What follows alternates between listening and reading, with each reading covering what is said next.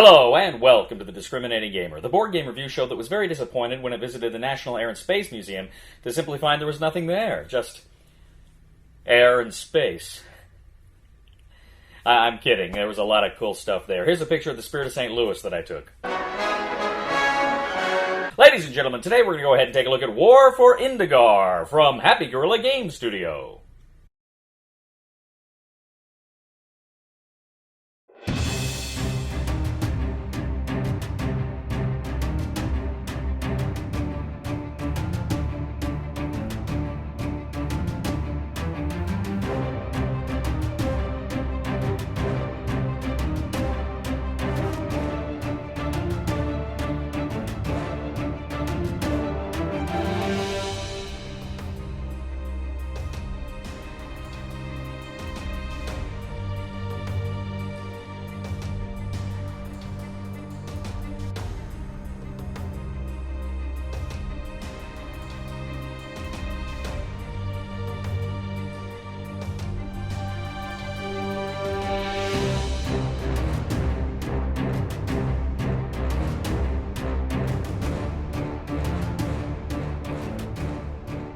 In War for Indagar from Happy Gorilla Game Studio, one of four players is going to take on the role of a various fantasy faction in this 4X adventure.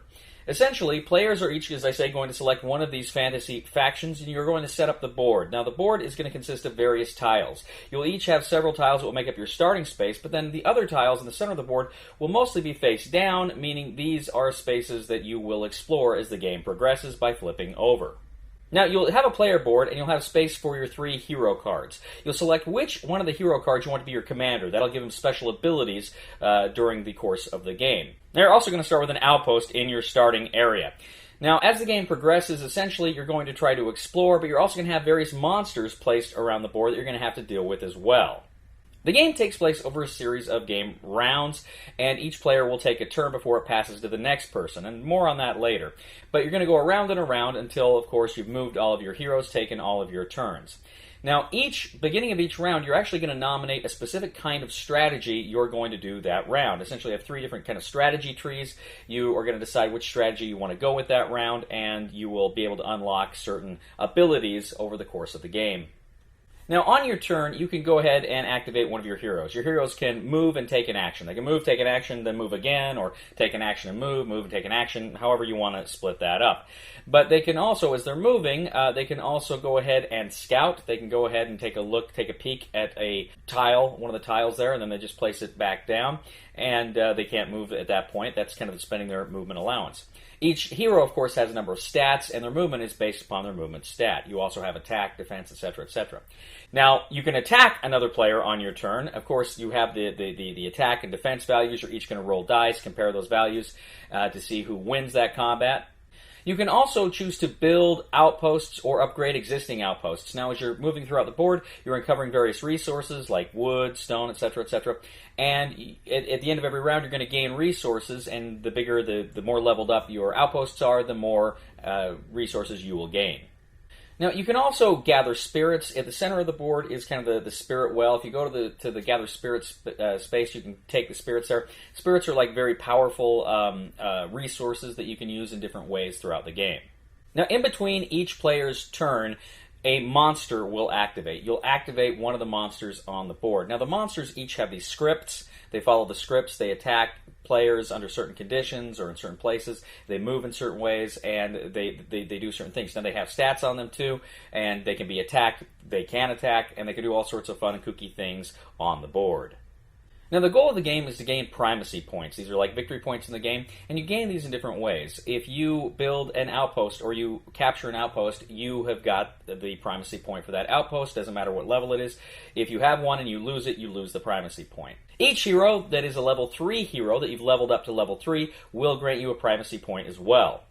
Now, during combat, if you can force an enemy commander to retreat, meaning he has to retreat, he has essentially taken off the board for the remainder of the round, that will also grant you a primacy point. So combat is a very important way to gain primacy points in the game.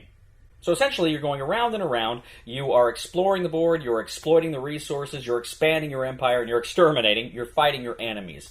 And with this in mind, you're doing this until someone reaches 10 primacy points. As soon as one hero reaches 10 primacy points, then they win! War for Indagar! Okay, so that is a very bare-bones overview of War for Indagar. There is a lot more going on here. There's a lot more systems at play. There's a lot of things I just barely touched on here. But just know there's a lot more to this. That was a very bare-bones overview of the game. So, first of all, let me just say, production-wise, I think this looks great. The minis look really good. You got a cool insert with holds everything really well. The tiles themselves, I like how they're individual tiles you can flip over. I remember Clash of Cultures had the Fog of War where you had like the big tiles that had like a bunch of little hexes on it, and I really like this. I like that they're individual hexes, and you never know what's going to pop up on them. I think that's very well. Overall, from just the look of the game, it looks very good. But of course, the game's the thing. So how does it play? Well, I got to tell you right off the bat, this is a very ambitious game. It's very ambitious, and I don't necessarily mean that in a good way. It's ambitious because it's got a lot of, like I say, there's a lot of systems here. There's a lot of different things going on, and that can work in a lot of games. And there's a lot of games that got a lot of different little things going on where it works. But here, I don't know. They're not coming together, I think, like they should in a lot of ways. And one of my issues with the game because of that is they might work better together if the rulebook was a little bit better. The rulebook's not great. It's not horrible like some, but it's vague. It's very vague. And first of all, let me say, it's kind of jokey. They got little jokes in there, and that kind of takes you out of the theme. I don't like jokey rulebooks when it's kind of a more serious themed game. There's some jokes in there.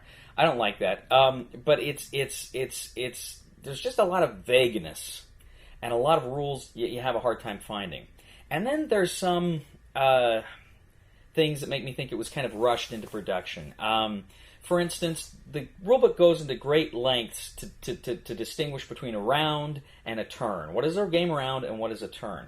And yet, on the individual player cards they give you, it lists end of turn, beginning of turn, end of turn rules, but they really mean beginning of round, end of round. And I mean, that had us scratching our heads forever until we go, well, it must mean that. And you know. But like I said, so that was problematic. And then, like I said, there's a lot of things that are just kind of vague. One of the monsters destroys resource tiles. Some of the factions can destroy resource tiles. And so that happened, and we looked in the rules to see where it says destroyed resource tiles. And it says, well, this resource tile will no longer produce resources. And so we're like, oh, well, yeah, obviously, but do you put a token on it? Do you remove it from the game? What do you do? And and it doesn't say. It just says it destroys it. Well, how are you supposed to mark it? You know, you just put. I mean, it's like a stupid little thing, but when you're playing the game, it's helpful to know these things. How do we mark this? You know,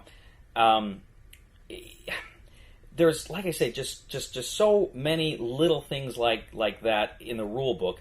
But then also too, you've got these characters, and they've got all these different abilities. They get unlocked in certain ways. You've got all these tech tree abilities, and then you've got the commander ability, and they're just kind of all over the place, and it's like, okay, I mean, it was almost too much to keep track of in a lot of ways.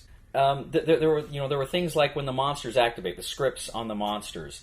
Well, you know, generally they're decent, but I mean, even then there's some stuff like the one monster says whoever was the most recent to use an ability. So every time we'd activate that, it's like, okay, well, so who used it? Did I do that, or did you do that? You'd have to sit and think about it, and I don't know. I don't know if there's a way to mark it.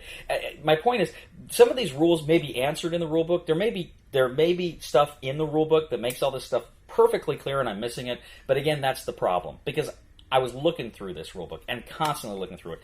You know, it even says early in the rulebook, the first time you play it, you know, there's a lot of stuff going on. But it's like, yeah, but you know, I played a lot of games, and still, this was a game I was kind of butting up against because there's so much going on, and it's just not as clear as it needs to be from the rulebook. Because of that, you know, my friends and I, when we were playing it, I mean, I don't know how else to say it. We weren't really having a good time. We weren't really enjoying it. We could have, because I think you've got a lot of good stuff here. I mean, like I said, it looks great, but I think some of the basic ideas here are good and are decent. But I just think the execution is a little vague. I almost feel like they didn't blind playtest this game. It just, I mean, that's what it feels like to me. It feels like it was just playtested by people who had designed it or who knew it really well, but people that hadn't, just come into it blind. It needs to be a little clearer. It just needs to be a little more straightforward than it's here. A second edition would be awesome if it was streamlined. As it is right now, I can't recommend War for Indagar.